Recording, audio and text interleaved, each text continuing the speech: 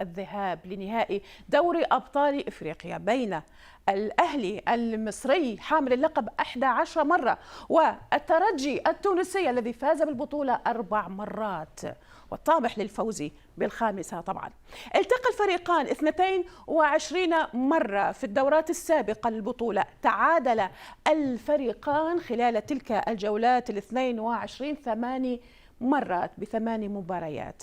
فاز الأهلي في 10 مباريات منها بسجل 25 هدفا مقابل 4 مباريات لصالح الترجي برصيد 14 هدفا. منافسة قوية بين بطلين إفريقيين سيتابعها الملايين، فمن سيخطف أو سيحصل على اللقب هذا الموسم؟